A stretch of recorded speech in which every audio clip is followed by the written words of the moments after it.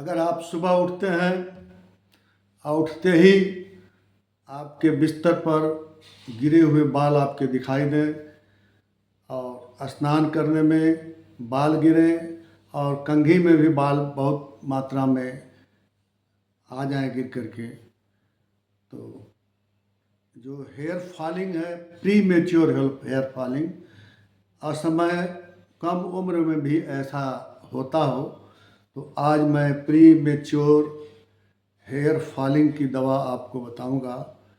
और आज का ये वीडियो अगर आपका हेयर फॉल होता है या आपके मित्रों का होता है तो ये आपके लिए है। इसमें मैं डॉक्टर द्वारिका सिंह, हम बात करेंगे बालों की समस्या की, हेयर फॉल की, वह भी प्री मेच्योर हेयर फॉल की, सब असमय में बाल गिर जाना। इसमें बहुत मात्रा में अगर बाल झड़ते हो, हेयर लाइन ये पीछे चली जा रही हो और सिर के बाल धीरे धीरे पतले होते जा रहे हों, और तो इस वीडियो को आप अंत तक जरूर देखिएगा। यह वीडियो आपके लिए है। समय से असमय से बाल झड़ने के कई कारण होते हैं, जिसमें कारणों का ध्यान देना जरूरी है, जैसे अनुवांशिक, पैतृक रूप से फोर फादर्स के तरफ से बाल झड़ने की प्रक्रिया हो तो उससे भी हेयर फॉल होता है। मानसिक तनाव से, चिंता से, किसी तरह की नींद की कमी से और किसी प्रकार की विशेष चिंता से ये हेयर फॉल होता है। तीसरा कारण है कि शरीर में विटामिन डी की कमी, विटामिन B12 की कमी और आयरन की कमी से और प्रोटीन के भी कमी से बाल गिरते हैं। हार्मोनल, चौथा है कि हार्मोनल असंतुलन, महिलाओं में या पुरुषों में हार्मोन्स जो एक्टिव होते हैं उनका संतुलन बिगड़ जाए, विशेष करके थायराइड में, पीसीओडी में, पीसीओएस में, डैंड्रफ हो जाए, डैंड्रफ वो हो जाए बाल में, और स्कैल्प का संक्रमण हो जाए, किसी तरह का कोई स्किन डिजीज हो जाए बालों में, तो इससे भी हेयर फॉल होता है। लंबे समय तक अगर किसी तरह की बीमारी होती है, तेज बुखार रहता है, तो इसमें भी हेयर फॉल होते हैं। असंतुलित खाने पीने से, फास्ट फूड खाने से, क्रैश डाइट खाने से ये हेयर फॉल होती है। और जो बालों को रंगते हैं, कलर ट्रीटमेंट करते हैं, अत्यधिक हीट का प्रयोग करके कलर ट्रीटमेंट जो होती है, उसकी वजह से हेयर फॉल होते हैं। कब मिलना चाहिए आपको डॉक्टर से? यदि प्रतिदिन 100 से अधिक बाल गिर रहे हैं, अगर प्रतिदिन 100 से अधिक बाल गिर रहे हैं तो गंजे पैच बनने लगते हैं, बाल तेज़ी से पतले होने लगते हैं, और स्वयं दवा लेने के योग्य चिकित्सक से परामर्श लेना चाहिए। तो स्वयं दवा लेने के जगह पर योग्य चिकित्सक से परामर्श लेना चाहिए। अब मैं बताऊंगा होम्योपैथिक में जो प्रोमिनेंट दवाएं चलती हैं। वैसे होम्योपैथिक चिकित्सा पद्धति में टोटलिटी ऑफ सिम्टम पर दवा छांटी जाती है, लेकिन मैं मुख्य दवाओं को यहाँ दे रहा हूँ। इसमें पहली दवा है एसिड फास्फोरिकम। ये मदर टिंचर में चलती है, क्यू पोटेंसी में 10-10 बूंद दिन में 3 बार लिया जाता है।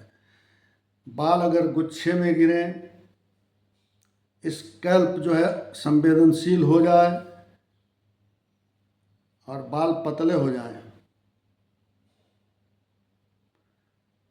तनाव से, दुख से, अधिक मानसिक परिश्रम से, तनाव से, दुख से, अधिक मानसिक परिश्रम से तेजी से बाल गिरते हैं। अगर विशेष तनाव हो, लंबे समय तक तनाव रहा हो तो उससे ये बाल गिरने में फास्ट दवा सारी एसिड फास्ट दवा ट्यूब पोटेंसी में 10-10 बूंद आधा कप पानी में 3 बार लेना है। उसके बाद जो दूसरे नंबर की दवा है वो है फास्फोरस। बाल अगर गुच्छे में गिरते हैं और लगता है कि पूरा स्कैल्प खाली हो जाएगा, या पैच में जगह जगह थोड़े थोड़े, जिसको देहात में टुनकी कहते हैं, इस तरह का अगर बाल गिरता हो तो उसमें फास्फोरस दवा होगी। फास्फोरस दवा होगी और फास्फोरस को 6 में मिल जाए तो 6 में, नहीं तो 30 पोटेंसी में 4 गोले दिन में 3 बार आप इसको लें। उसके बाद फ्लोरिक एसिड दवा होती है। इसकी तीसरे नंबर की फ्लोरिक एसिड, समय से पहले गंजापन हो जाना और विशेष तौर पर जिनमें पारिवारिक इतिहास रहा हो गंजापन का, उनमें ये दवा काम करती है। फ्लोरिक एसिड 6 में या 30 में, दिन में 3 बार लीजिए 5-5 बूंद, ड्राई ऑन टंग या 1 चम्मच पानी में डाल करके। उसके बाद जो दवा होती है चौथे नंबर की लाइकोपोडियम।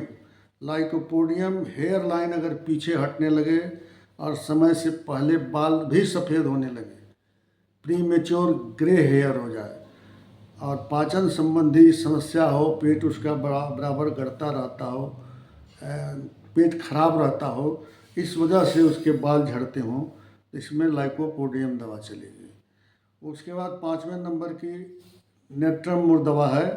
तनाव, धूप या भावनात्मक कारणों से अगर बाल झड़ते हैं तो नेट्रम दवा चलेगी।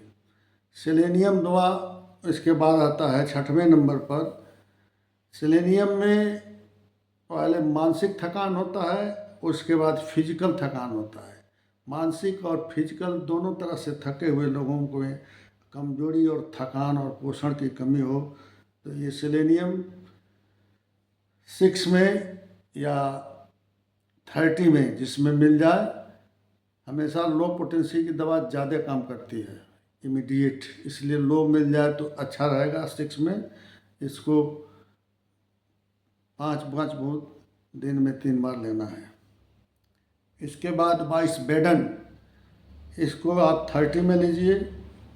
ये बाल को उगाने में, बाल की वृद्धि में इसका बहुत प्रयोग है। इस तरह से मैंने आपको कारण और 7 होम्योपैथिक दवा बता चुका हूँ और पहले भी बताया हूँ कि होम्योपैथिक दवाएं लक्षणों के आधार पर चलती है। लक्षण को ध्यान में रखते हुए इन लक्षणों के बीच आपका रोग मिले तो ठीक है, नहीं तो किसी योग्य चिकित्सक से आप परामर्श ले लें। अगर यह मेरी वीडियो आपको किसी तरह से स्वास्थ्य लाभ में, ज्ञानवर्धन में किसी भी तरह से सहायता पहुंचाती हो तो आप जो है मेरे वीडियो को लाइक करना और सब्सक्राइब करना न भूलें और शेयर भी करें, ताकि मैं नेक्स्ट वीडियो जो लाऊं वो आपको मिलता रहे और आप इससे लाभ उठाते रहें।